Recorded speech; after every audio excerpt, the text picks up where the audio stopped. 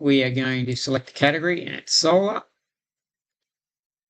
The author is me because we've set that up. We're going to hit publish, and what we're going to do is get it to give us a series of keywords. And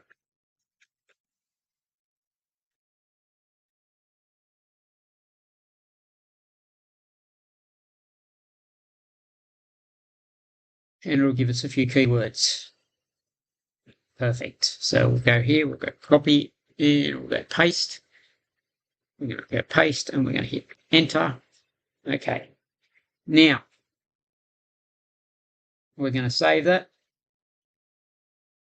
Select the date. We want it to be now. Save.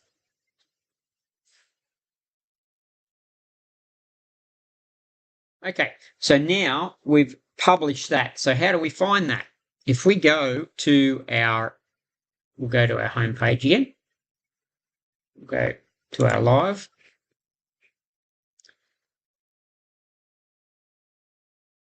And if we scroll down to where we've got our button, which will take it to our blog posts, we should have a third blog post there now on this page.